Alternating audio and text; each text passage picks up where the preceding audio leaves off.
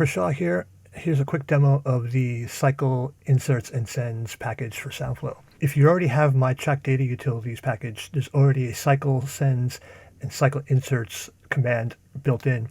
But I discovered there's a couple more things you can do with it, so I'm going to publish it again, but with a few more details in its own package.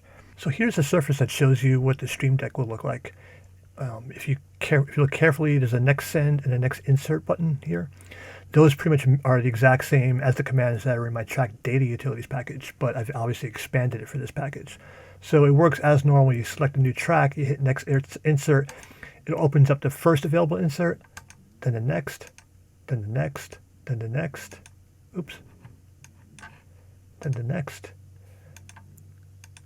And it skips over empty slots, but it will show you inactive slots. And then once it gets to the very last insert point, it goes back and cycles to the first again. And of course, the send does exactly the same thing. The send button will cycle through all. Let me close that guy. All the sends too. Now, what's kind of cool is if I go to another track, let's say I want to open the Shep's Omni channel first. Instead of having to hit next insert 5 times, I can start with previous insert and it'll start at the last insert. Work its way backwards. So that's cool. Let's go back to the top track. Now, of course, there's a bypass insert button. Let me turn that guy off and move this guy down. You can bypass the insert on and off. It's flashing because we're switching back and forth from the Surface to the plugin. You can show and hide the plugin, obviously, and you can make it inactive as well, which hides it.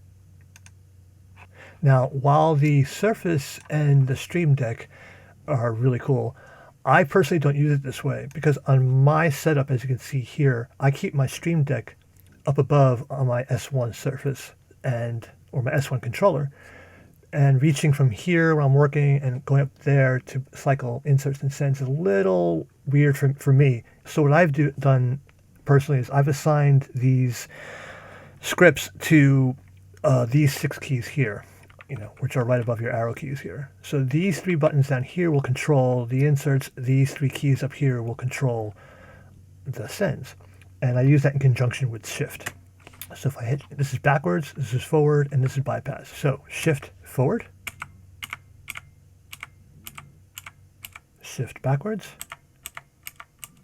Okay. And I can bypass the plugin with this button here. Now, with this key here on shift, this would be shift bypass right there. But if I hold down the control, the way I've assigned my triggers, if I hold that will make the plugin inactive. And then active again. Okay. And then shift and control, the first key, will hide the plugin and bring it back. So this makes going around your mix and checking out plugins and bypassing them really cool, really easy and convenient. Of course, all these keystrokes apply to the sends as well. So we hold down the shift and these 3 keys. We'll cycle through forward, cycle through backwards, bypass, and in conjunction with control, we'll make it inactive, and the backwards keystroke along with shift and control will hide it. And that's pretty much it. I hope you like it. Talk to you soon.